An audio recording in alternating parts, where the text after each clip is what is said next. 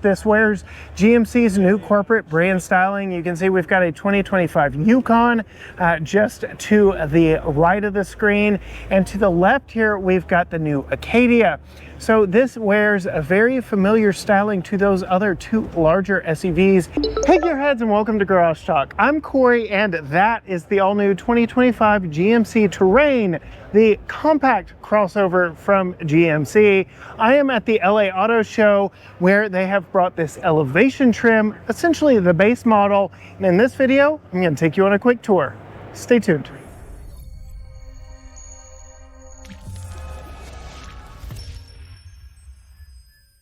Yes, gearheads, I am at the 2024 LA Auto Show at the GMC booth. Rather compact booth that they've got all their newest vehicles crammed into, but this is the one that intrigues me the most. This will be a volume seller for the brand. I'm very interested in this elevation trim, which serves as its base trim.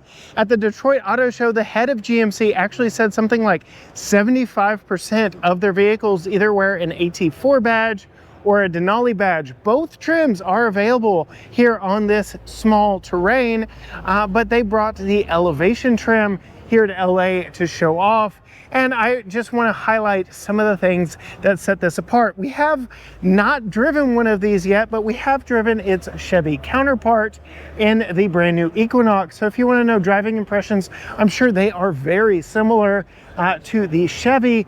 But let's talk about styling first. This wears GMC's new corporate brand styling. You can see we've got a 2025 Yukon just to the right of the screen, and to the left here we've got the new Acadia.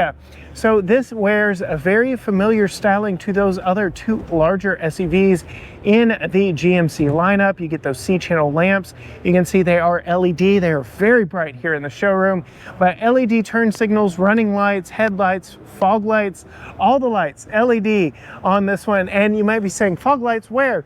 They're actually hidden right here, right by this air pass-through for aerodynamics. But very cleaned up, very muscular, masculine look, much like the Equinox. Very boxy, very tough and rugged look. I think it is an absolute style win.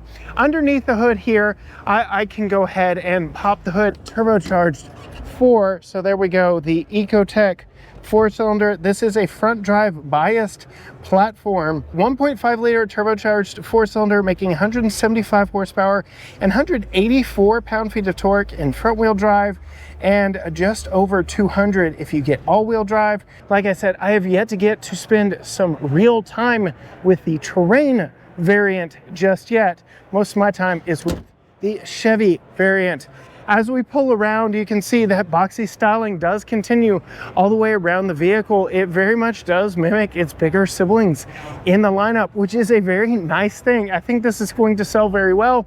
It always has sold very well for the brand, and I think this is just going to make it even more attractive to consumers. As we come down to the wheels, you can see very nice design on the wheels here, wrapped in Michelin Primacy all-season tires. The Michelin Primacy line that I've sampled have been very good, very comfortable, very quiet. And we'll go ahead and pull in here. These are 235/65 R17s wrapped around these very nice alloy wheels. I like the design. Again, kind of leaning into that rough, tough look, very masculine look to the wheel design. As we move further back, again, boxy design, upright, square, very rugged in its appearance. We get this shark fin like separator from it is actually a metallic black roof. It's not just a gloss black, it is a metallic black roof here on this one, which gives you a nice visual separation against this white paint. Really do like that a whole lot. And you can see all LED lights back here as well. So many times, especially in entry-level compact crossovers like this, you get incandescents back in the back as you move further back. It is nice to see GM's up-level truck SUV brand really leaning into up-level lighting. So we have LED running lights, brake lights, turn signals, all the things back here. The main lamp element is actually this element right here. All this is additional because US regulations don't allow for it just to be on the movable panel. It has to be fixed in place. And again, that very much mimics more so what we saw here. I'll go ahead and show you on bigger Yukon, kind of dipping in to the rear hatch versus more of what we see on Acadia, but still very familiar across the brand. As we move here, you can see this one is an all-wheel drive model and it does say Elevation here on the back, just to let you know what model you have. We do have a power liftgate on this one. And if the numbers hold true to what Chevy is announcing, we have a very nice 29.8 cubic feet of storage space behind the second row of seats, 63.5 if you fold those seats down. So I'm going to come back here to the bigger sibling. This is the Yukon, not a Yukon XL, and the power is turned off. You actually get more space behind the second row in that small terrain than you get behind the third row of this big body on frame. So that is saying a lot. I know, yes, you fold the seats down and you get more space, but very impressive amounts of room here. And then we have the power button right there to bring it to a close. As we move inside, I do want to note that Chevy doesn't do passive entry, so you can't just touch the back of the door handle. You have to touch there with the key near the vehicle to unlock or lock the vehicle. As we move inside, you can see even here on this Elevation we get memory seats, which is a nice touch. We get this, it's not faux wood, it is a very interesting design here. I don't even know how to describe it exactly. It looks like it could be mistaken for wood from a distance, but the closer you get to it, it's just a unique pattern, and it's got some texture to it. It's not just slick plastic, so I like that. Just gives some visual and textile tactile, there we go, tactile difference here on the inside. Auto up down for the driver only, auto down all the way around. Power hatch button right here. It is a programmable hatch through the screen. Additional storage down here. Multi-way adjustable seat with two-way lumbar. Very nice seats here. I like the seat design. No multi-fabric design like we see in Equinox.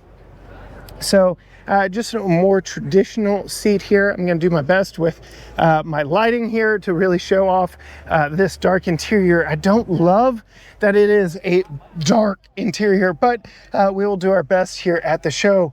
You can see visual distinctions here from Chevrolet very much rely on the IP. This is a very different dash than what you get in Chevrolet, and I'm going to go ahead and turn the lights off for all of our friends outside the vehicle. But you can see GMC steering wheel. We see this in Canyon. We see this in a lot of GMC vehicles now, so that is a nice touch. Yeah, my light is not wanting to stay on. Full digital gauge cluster right here. Vertical IP here for the infotainment. This is a departure for General Motors. A while back, GM said that they were going to do wide infotainment. They weren't going to do tall because they wanted it to emphasize the width. GMC across the board now is going to this vertical alignment. We see it in Acadia. We see it in Sierra EV. We see it in the new Yukon.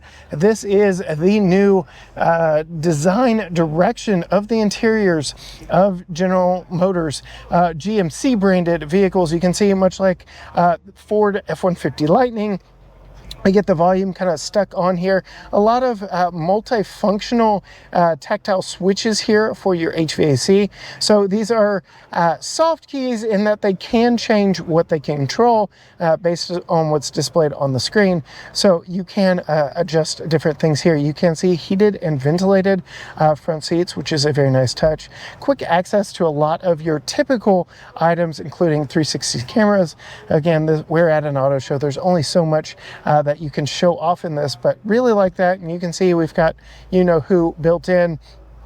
We'll go ahead and go to the menu here. Do want to show you lots of different menu functions on this. Wireless Apple CarPlay and Android Auto, that is only going away in their EV models. Their gas models still offer that, so that is a nice touch. And you can, let's see if it'll let me do it, drag some shortcuts up here and replace what your quick access buttons are up here. So yes, you've got her built in, but you have quick access buttons to some of your other features and functions. functions, which I like a lot. Very nice IP, very much looking forward to get to spend some time with it. We get some rubberized storage down here, which I like, USB-A, USB-C, rubberized underneath our cup holders right here, side-by-side cup holders, USB or wireless charge mat right here that I liked a lot. It's very similar to what we saw in the Chevrolet. All of this is made possible, including some storage underneath here, by the movement of the gear selector to the steering wheel column here. So we're seeing this across the board. We're even seeing it in the new Yukon. We're seeing it in that new Acadia. This is the new placement, no more push buttons. Very simple. This is a direction a lot of manufacturers in the business are going. I prefer this over the push buttons, so I like that a lot, and it gives you a lot of storage up front here. You can see coming to me, we've got good headroom. We've got the massive panoramic roof, though. Let's see, with the power off, will it let me? No, the power isn't really onto the vehicle, so it's not letting me slide that back the rest of the way, but there is a 2-pane glass roof up here. It's just closed. This is the massive front pane that actually does open. And now moving to the back seat, something I was very impressed with on Equinox. This is the same platform, so the same amount of space. We have a flat load floor back here and lots of space, like an amazing amount of space. I'm very impressed. This very much rivals competitors from Hyundai and Kia with their Tucson and Sportage. Comparatively, the Sportage and Tucson have both been updated for 2025. I think the Sportage is officially a 2026. It was unveiled here at the LA Auto Show. Big mid-cycle refresh with a facelift, but plenty of room back here. Heated outboard seats, power AC vents back here, USB power down there. I'll get all my words out. Storage in the door. Cup holders here in the center console, very much like that, very much like the latch points being under some hard plastic covers that you can very easily get to those latch points for families with kids in car seats like yours truly. And then a 60-40 split bench second row seat. We talked about it a little, how it expands your cargo space, but that is how you fold it down. They ditched the auxiliary fold latches back in the cargo area, so you have to come around to the side or lean forward in order to get that to lean forward. But there you have it, a very quick look at the new 2025 GMC Terrain in the elevation trim here from the LA Auto Show. Really like it. Can't wait to get my first spin in one of these, because it is the more premium Chevy Equinox. If you want to see more from us here in LA, be sure and hit that subscribe button. You'll get to see me drive one of these when it comes into the driveway. Hit that subscribe button, ring the bell, follow along with us on all social media platforms, Facebook, Instagram, X, TikTok, Threads, YouTube, you name it. Everything is at GT Garage Talk, or you can go to gtgaragetalk.com, where you'll find links to everything, including our award-winning podcast. But as for me, from GMC in LA, until next time, bye.